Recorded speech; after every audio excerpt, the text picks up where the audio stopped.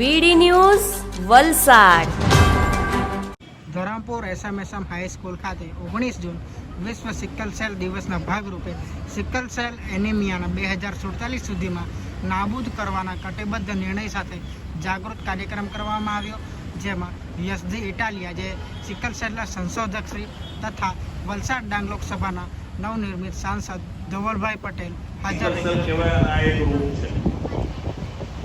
6 મહિના સુધી આ પેશન્ટ વોઝ મિસડાયગ્નોઝ અને મિસટ્રીટેડ. આટલું થવા છતાં પણ એ બચી ગયો. સૌ મહેમાનો સહયોગ આપશો.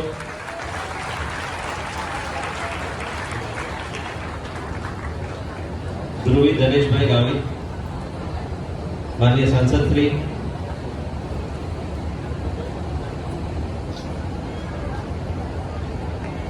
જોરદાર કાર્યોથી વધાવી. ત્યારબાદ ફાલ્ગુની રતિલાલ સુરકાર, કલેક્ટર મેડમને વિનંતી કરીશ. ત્યારબાદ હેડ શૈલેષભાઈ પટેલ. એમણે નિશ્ચય લીધો અને આપણે આયુષ્માન યોજના હેઠળ આપણે સિકલ સેલને આવરી લીધું છે. એટલે સિકલ સેલ લગતી તમને જેટલી પણ પૂરેપૂરી સરકાર મોદી સાહેબ હંમેશા આદિવાસીઓને કેન્દ્રમાં રાખીને વિકાસ કરવાનું કામ વર્ષોથી કરે છે.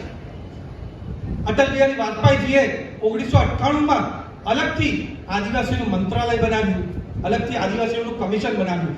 એ રીતે આપણા આદિવાસી જે યુવાનો છે, જે વિદ્યાર્થીઓ છે, એમને સારું ભણતર આપણા આદિવાસી વિસ્તાર, ખાસ કરીને કારણ કે 90% આદિવાસીઓ ગ્રામીણ વિસ્તારમાં રહે અને ત્યાં ગ્રામીણ વિસ્તારમાં સારી શાળાઓ નહીં મળતી હતી. એના કારણે આદિવાસી છોકરાઓ કાં તો ભણતરથી વંચિત રહેતા હતા, કાં તો એમણે બહાર જઈને ભણવું પડતું હતું.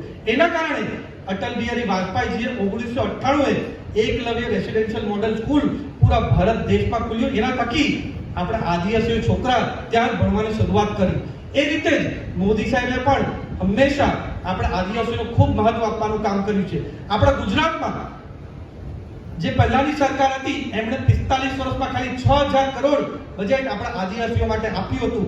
મોદી સાહેબ 2001માં જ્યારે ગુજરાતના મુખ્યમંત્રી બન્યા, પહેલી પંચવર્ષીય યોજનામાં 15000 કરોડ આપણા આદિવાસીઓ માટે આપ્યું હતું.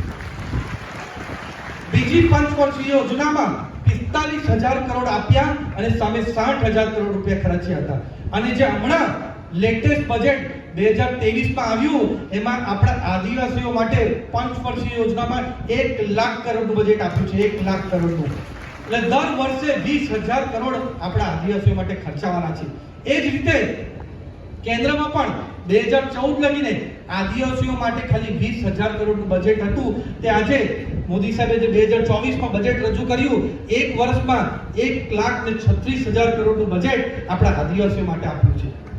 એ રીતના જ આદિવાસીઓ માટે વધારે મંત્રાલય બનાવવાની વાત હોય કે આદિવાસી સમાજમાંથી આવતી મહિલા દ્રૌપદી મુર્મુજીને રાષ્ટ્રપતિ બનાવવાની વાત હોય, એ કામ આપણે નરેન્દ્ર મોદી સાહેબે જ કર્યું છે. અને એ જ રીતે આપણા ગુજરાતમાં પણ સિકલ સેલ જે આપણા આદિવાસી વિસ્તારમાં, આદિવાસી લોકોમાં બહુ વધારે પ્રચલિત હતું, એના માટે મોદી સાહેબ મુખ્યમંત્રી બન્યા ત્યારથી ચિંતિત હતા. અને જેમ યસદીભાઈએ વાત કરી કે 2006માં ગુજરાત સરકારે અલગથી આરોગ્ય મંત્રાલયમાં, આરોગ્ય ડિપાર્ટમેન્ટમાં અલગથી સિકલ સેલનું આપણે ડિપાર્ટમેન્ટ ચાલુ કર્યું. ત્યારથી સ્ક્રીનિંગ અને મોનિટરિંગ ચાલુ કર્યું અને આપણા સિકલ સેલના જેટલા પણ દર્દી હોય એમને 500 રૂપિયા આપવાનું દર મહિને ચાલુ કર્યું. એને પૂરું નિદાન પણ મફત કરી નાખ્યું. સિકલ સેલ જેમ અરવિંદભાઈએ વાત કરી એ રીતે મારે પણ સિકલ સેલ હૃદયથી બહુ જોડાયેલો વિષય છે. એનું કારણ મેં પણ મારા મોટા ભાઈને પરિવારમાં સિકલ સેલના લીધે ગુમાવી દીધો અને મારા ભાઈ, એમના પત્ની, છોકરાઓ અહીંયા જ મૂકીને જતા રહી ગયા. તમને જેમ બધાને ખબર છે કે જ્યારે પિતા સાથે નહીં રહે તો પરિવારને કેટલી મુશ્કેલી પડે. અને એવા જ કિસ્સાઓ આપણા આદિવાસી વિસ્તારમાં, ગુજરાત અને ભારતમાં બહુ વધારે છે. એના કારણે આપણે આ સિકલ સેલને જડથી નાબૂદ કરવાનું છે. અને એ જ રીતે આપણા મોદી સાહેબ પ્રધાનમંત્રી બન્યા, આપણે 2023માં એમને થયું કે આ જે સિકલ સેલ છે એને આપણે યુદ્ધ ધોરણે નાબૂદ કરવું છે. અને 2047 લગીને જે આપણે વિશ્વગુરુ બનવા થનગની રહ્યા છે, અને જ્યારે અમૃતકાળ પૂરો થશે ત્યારે એમણે સંકલ્પ લીધો છે 2047 લગીને પૂરા ભારતમાં એક પણ સિકલ સેલનો દર્દીઓ નહીં હોવો જોઈએ. એના કારણે 2023માં મોદી સાહેબે સિકલ સેલને નાબૂદ કરવા માટે 15,000 કરોડની જોગવાઈ કરી અને 7 કરોડ લોકોનું સ્ક્રીનિંગ પ્રતિબંધ કર્યું છે અને 7 કરોડમાંથી 1 કરોડ લોકોનું સ્ક્રીનિંગ તો આપણું થઈ પણ ગયું છે.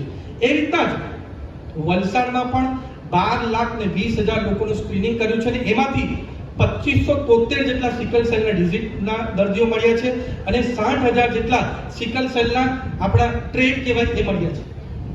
જેમ યશદીભાઈએ વાત કરી અને સ્વપ્નિલજીએ પણ વાત કરી કે સિકલ સેલ હોય તો જે આપણે આરબીસી કહેવાય, રક્ત કહેવાય, એ સિકલના શેપમાં હોય છે.